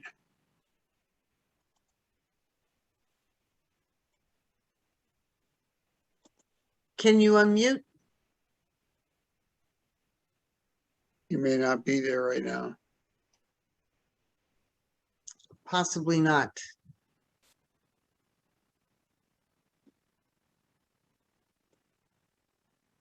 There are So- quite a few comments in the chat, Kim. Yes. Yes. Herb suffers from Parkinson's and is hard to understand, so it may take him a moment to press the right button. Aha, thank you for the heads up. Thanks, Sarah. Come back to him if you can. There, he looks like he's unmuted now. Oh, now he did. Yeah, he did unmute. Yeah, hello. What can Senator Kane or Warner or Representative Weston do to help stop this development?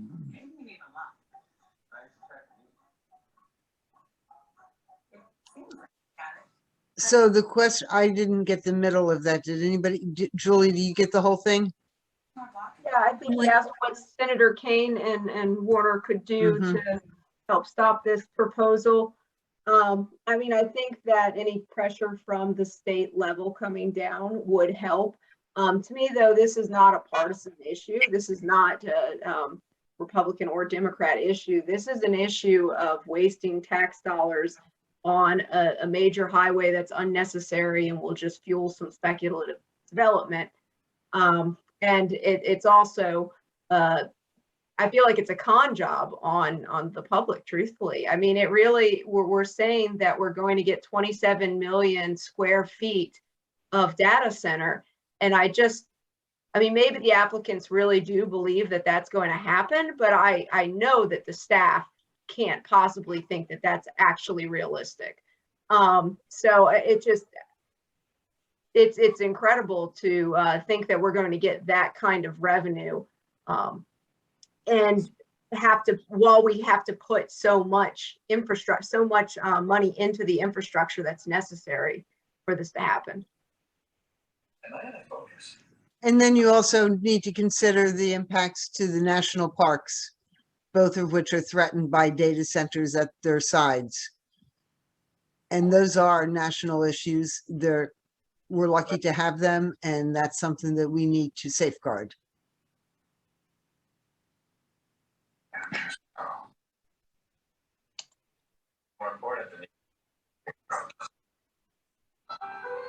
And I would also say, just to add on to that, this at the state level, it also matters because that the funding that goes into that road, just to be clear, is likely going to come from federal and state dollars, more so than just local funding. Right.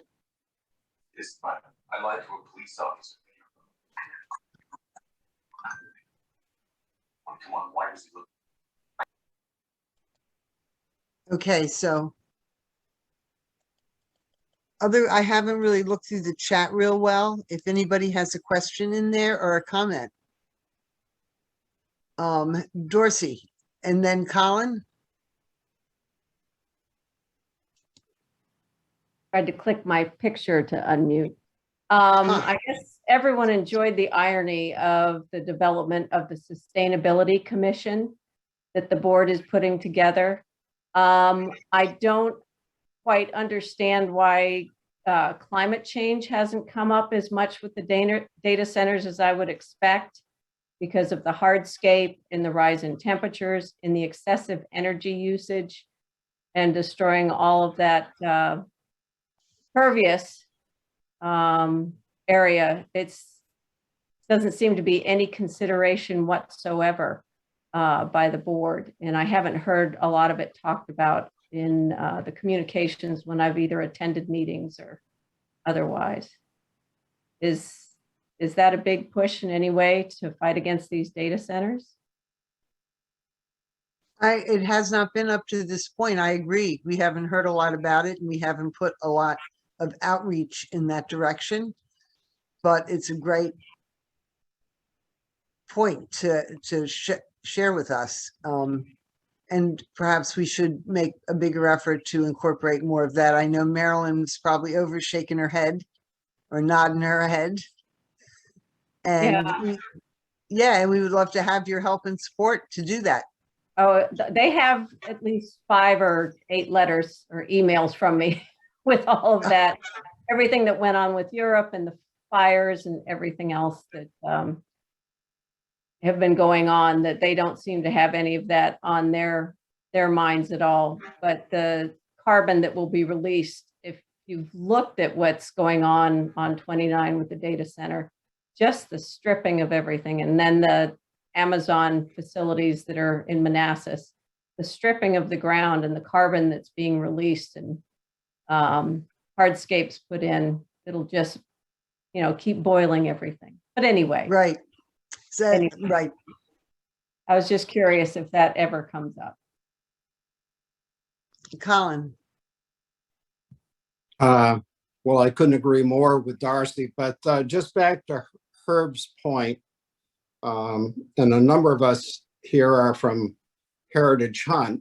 We've been involved with some of the political folks at higher levels, whether it's within the state or at the federal level.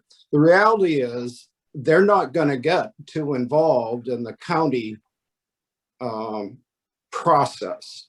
You would think we would have more interest for those that represent us at the state Senate and House of Delegates. And we do have a couple of folks that have been there, but it's a hard field to get folks doing much more than contacting like the national parks or DEQ or whomever and saying, yes. The pressure doesn't often get much more than that. So.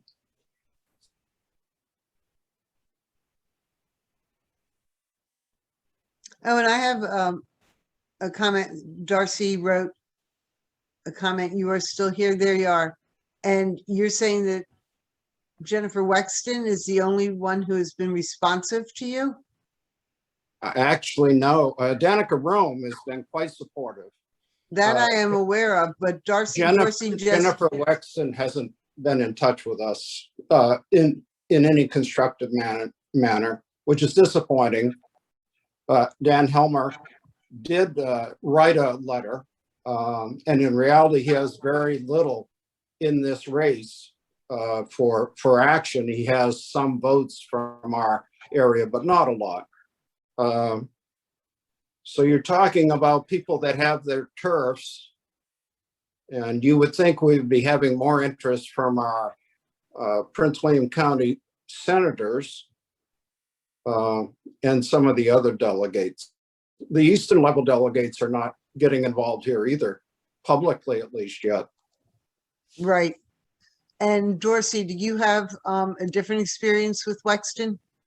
She has been very responsive to correspondence, and it doesn't appear to be a canned response, or she has really good staff writing her letters back. But I mean, with regards to our federal and our state representatives and the senators, they just all say, it's better handled at the local level. And they just have kept out of it totally. And I've been copying them on everything that's been going on probably for the last 3 years. But the data centers, really pounding it hard very regularly.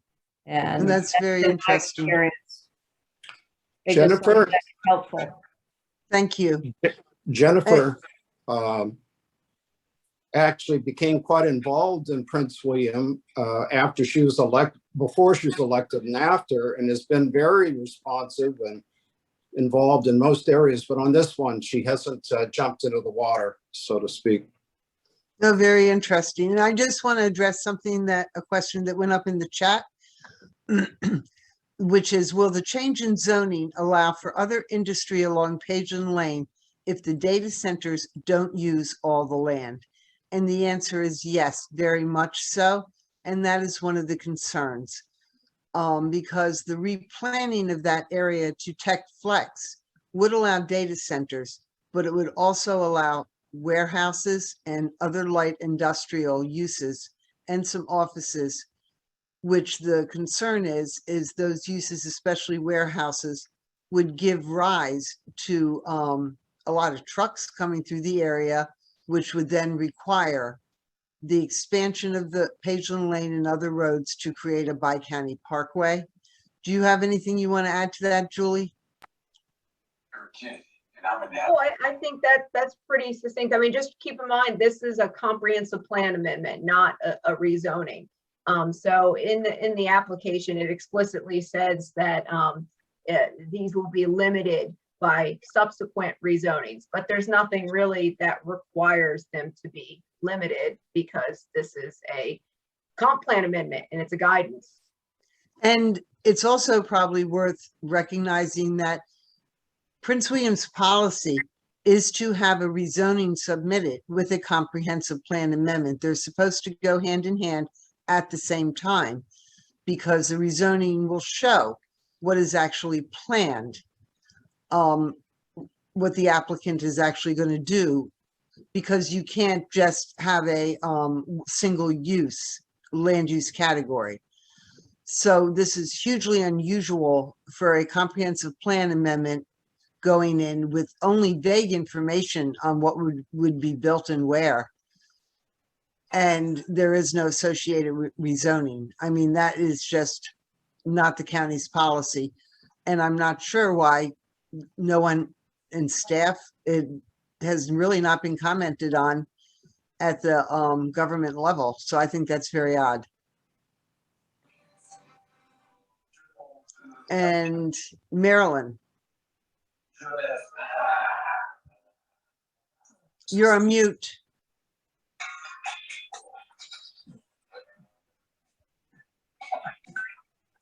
You can just hold your space bar down too.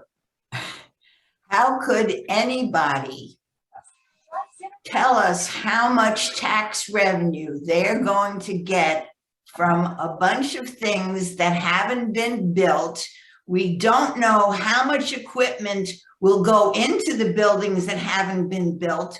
We don't know when the equipment will go into the buildings. So anybody to make any projection about how much revenue they expect is really an out and out lie. Sorry. Thank you for sharing, Marilyn. And Herbert, I'm going to go to Taisha. She hasn't talked, and then come back to you. Hi, everyone. So welcome. I guess my question is, what is the best direction to head in? Because number one, with Pete Canlin kind of removing him from being our voice, I think that there should be some ethical part of that avenue. Do we go after the fact that we no longer have a voice on the Board of County Supervisors? Do we, like, what do you feel like the best direction is? I call her Dictator Wheeler because I have sent an email saying, you know, I believe you're going to regret this, etc. And the email, the response I got back was, thank you, but these are the reasons why it's a great idea. So I knew at that point, she has no interest in really hearing the damage and the long-term effects for a short-term purpose. Because we all know the data centers are going to eventually be null and void, and the destruction will already be done. So what is the best? I've already called Senator Kane's office. I've called Senator Warner's office. I have no problem going to the governor once he gets in. But what is the best direction do you guys feel would be for me to take on and just kind of make some noise? Because this is just, it's a train wreck waiting to happen, and they really truly don't care about the effects because it's not in their backyard. Oh, the thing I would point out is that it absolutely is in their pocket, though. It might not be in their backyard, but we're still talking about major investments in the western side of the county that is going to impact the residents of the eastern side because their tax rates are going to go up. And for what? To buy a road and to put additional infrastructure in. And I've been following the chat, and I know that, you know, there's been some pushback that no, we're going to pay for all the infrastructure, but really we're sitting here talking about, I mean, my presentation started out with the 2,400 acres that are planned for and ready for data center and owned by data centers and ready to be built upon. But for some reason, they're just sitting on that land. Obviously, the market's not there, or else those 2,400 acres would be built. And the same thing is true in Loudoun County, just so you know. I've looked at the numbers in Loudoun County, and there's at least 2,000 or 3,000 acres of land that is owned by data center developers, but not built. So the market is obviously not there to build that much. I mean, obviously we are building some, but we're not building that much. So the question becomes, is this really a smart gamble for the residents of Prince William as a whole to make? Because we are going to be in a situation where this is in the comp plan. This road improvement is in the comp plan. And this extension in water and sewer is in the comp plan. And 2 or 3 years from now, I can guarantee you there will be developers knocking on supervisors' doors going, hey, I can't ever make this come to fruition unless you build the infrastructure. You got to build the infrastructure for us to actually build this stuff. Why did you put this in the plan if you weren't going to build the infrastructure? Of course, those of us who remember are going to sit there and beat our heads against the wall and go, oh, you said you were going to pay for it. But that's what happens. And I think that that's what we need to tell the residents. We need to spread the word. We need to do op-eds. We need to tell everybody we know that you are going to pay for this. Yeah. It's true. And I think Julie is correct that what you need to do is stay visible, write letters to the editor. I can give you an example of schools with the development, and a developer comes in and wants to build a bunch of houses, and he's going to pay for the infrastructure for the school, which means he's going to give land for a school. Generally, it's the land he can't really build on. So it's usually environmentally sensitive. And that's his contribution, and voila. But now the county still has to use taxpayer funds to build the school itself.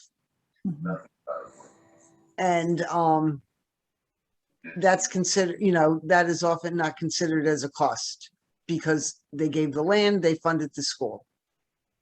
And so it works around like that. It's just important to listen carefully. And I totally agree with Julie that we need to stay really visible.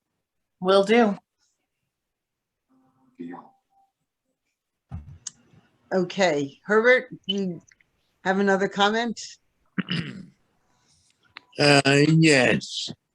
I do not want to beat a dead horse here, but the threat to the Manassas Battlefield National Park seemed to me to be something that congressmen would be interested in protecting. if they came at it from that angle. Yeah, I think we've tried to. And what you're saying is you think the congressman would be interested in protecting the national park. Yes. Yes, I agree. And we have tried to come from that angle with not stellar results. Again, maybe if that is kept front and center, it will make a difference because like I had mentioned before, we are really blessed really to have 2 national parks here. That is unheard, you know, that's a lot. And they are national parks, so that you would think our congressman would have a great interest in protecting them. I agree. Anyone else have a comment on that?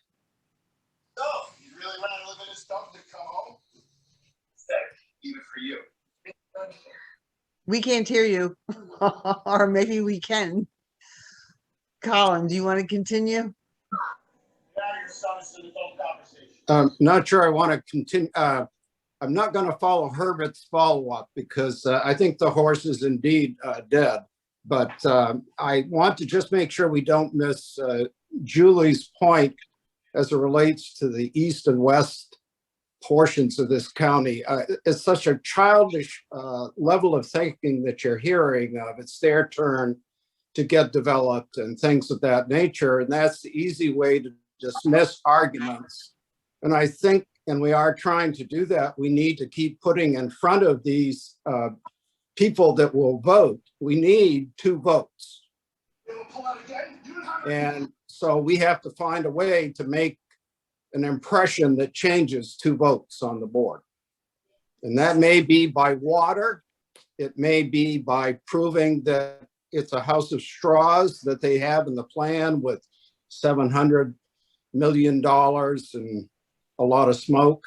But we have to keep working on those supervisors.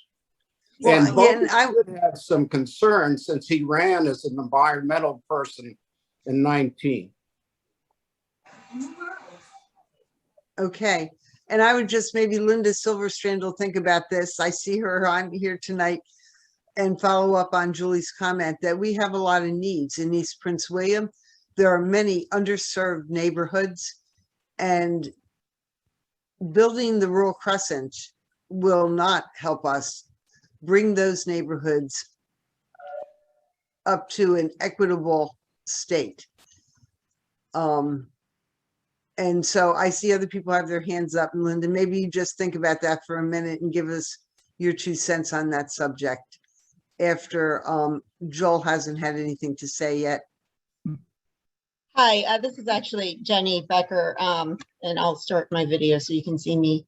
But I just was going to say that the few times that we have seen any changes in the board is whenever they get massive amount of numbers. And that happened with the boat tax, and that happened with the 2A vote. And that's what we need. We need massive numbers in person at board meetings. Writing letters is great, and I fully support that, and I wrote my letters. But you also need to get in person, in front, and be vocal, because that seems to be what they respond to.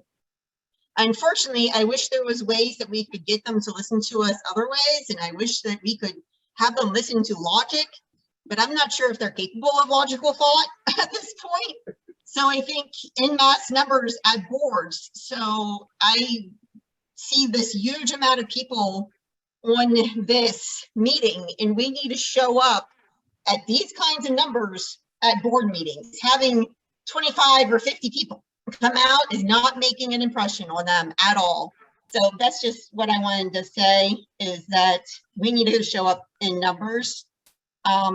We also need to communicate with the eastern side of the county and stop letting this being pitted against west versus east. And we need to be one county, and Yes. this is good for the county in general. And I Yes. don't know how to get the east on board. I live Well, in Nokesville, and I'm trying my best to get the Nokesville folks behind. But if you allow it at Pageland, then it will open it up for House and Nokesville. So we're working on that end, but we need someone fighting it in the east. Yes, ma'am. And we need people in the East that understand the trade-off. Linda, do you have anything to add to that? The real answer is no, because my mind has really just for the past 2 months with the passing of my son and my father, I haven't been paying attention to community stuff. That isn't to say that I didn't hear about all this stuff prior to 2 months ago. But, you know, I haven't written any letters to Delegate King, who's here, or Torian.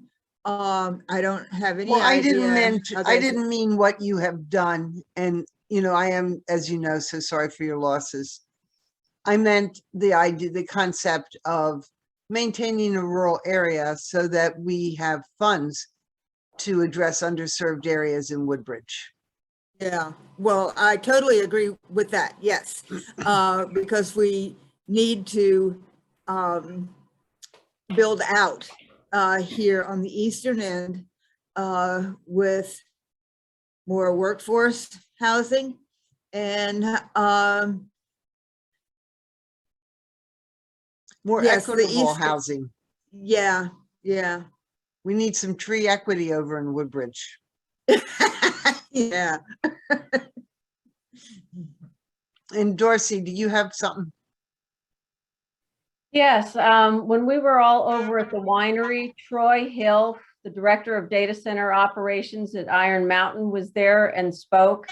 And he said that if they wanted the land on Pageland, they'd just take it. They don't need it. Right. So I still can't, I think a lot of people here, we can't wrap our head around why the rush, why now, why this massive insult to the Rural Crescent. And, you know, other than the landowners have a commercial real estate agent leading the charge. I can't figure it out, but, you know, Iron Mountain, he wasn't representing them. He was representing himself, but he said they didn't need it. Right. I believe they are expanding their operation here within the overlay district and taking small parcels and parceling them together. And that's still, we're right back at the question of why is the available land not being used? And the land that's already owned by data centers not being built. Right. Thank you. Kim, I'm not sure how to raise my hand, but no, talk away, Lori.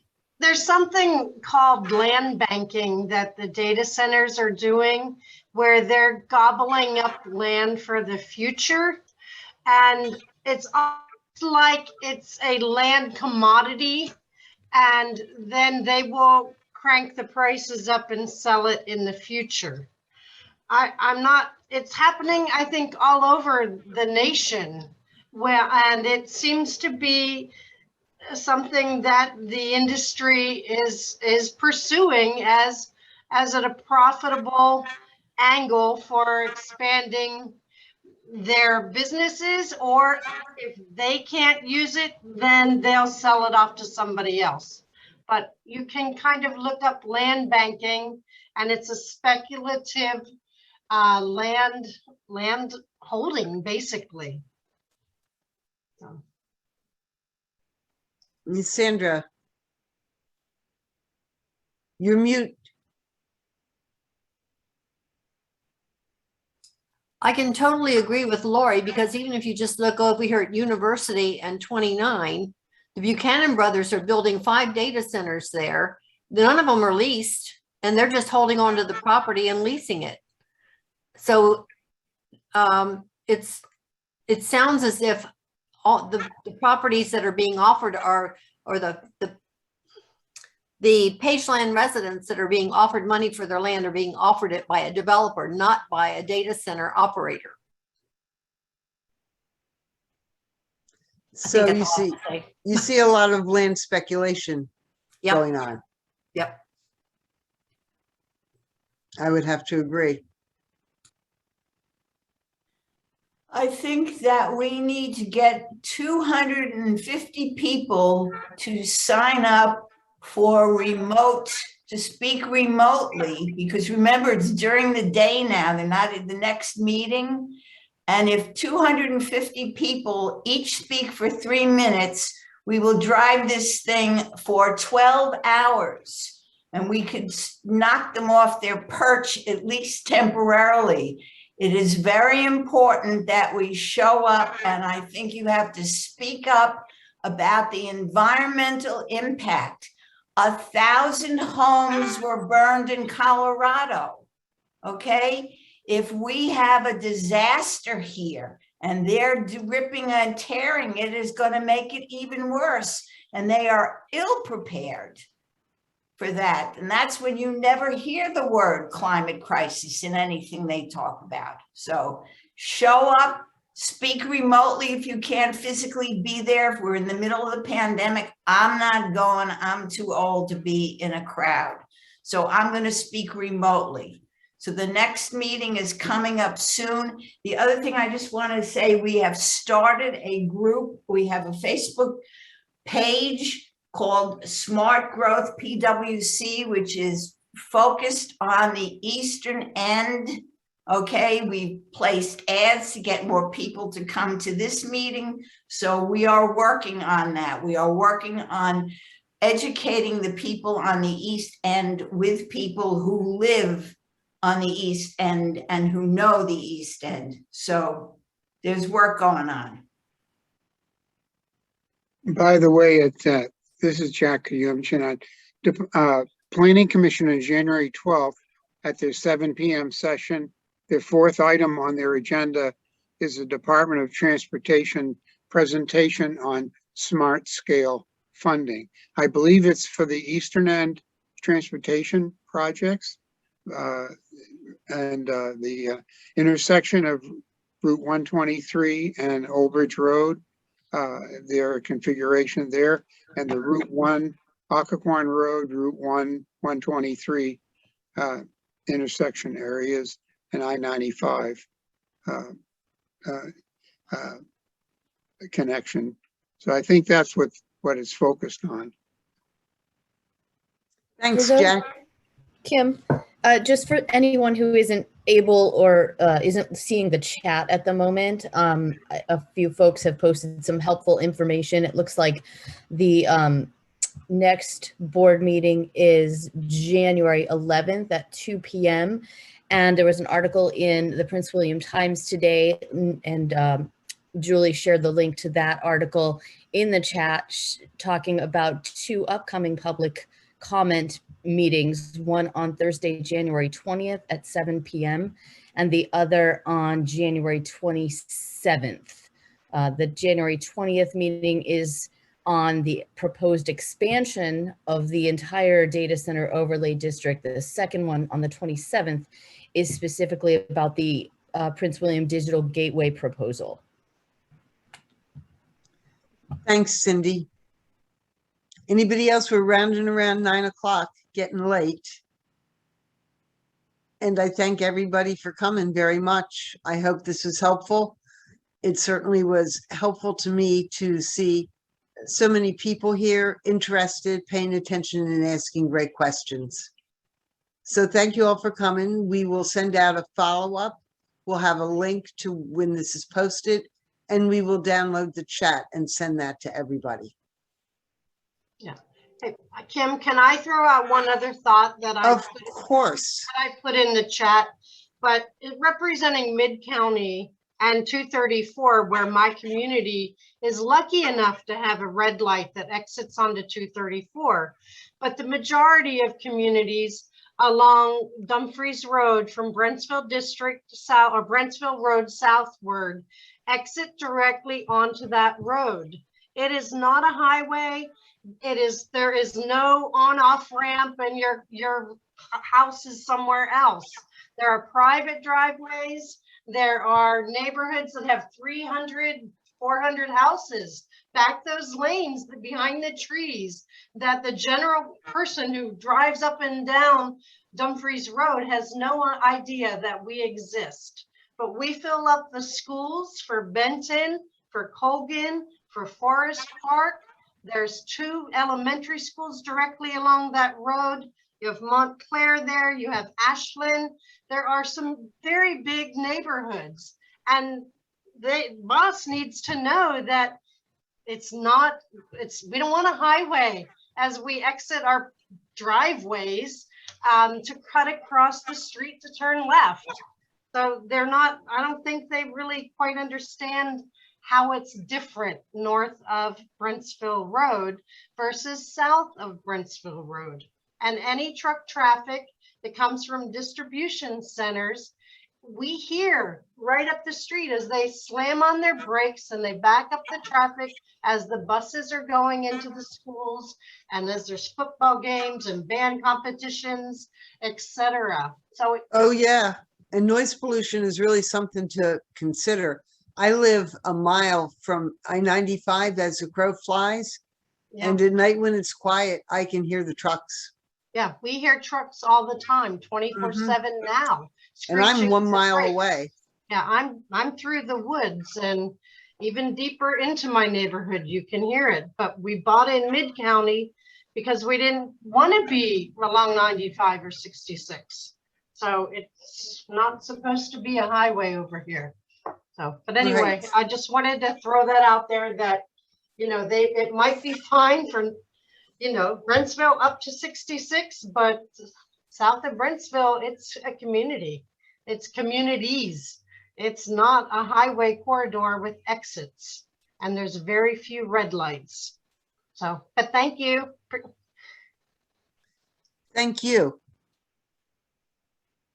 I was just reading the last comment that and I don't know who put it up, but that the discussion about East Prince William was not relevant to the Rural Crescent, which I guess I would have to respectfully disagree with. I think it is just very much, what's good for, as somebody said before, we are one county and what happens anywhere affects all of us.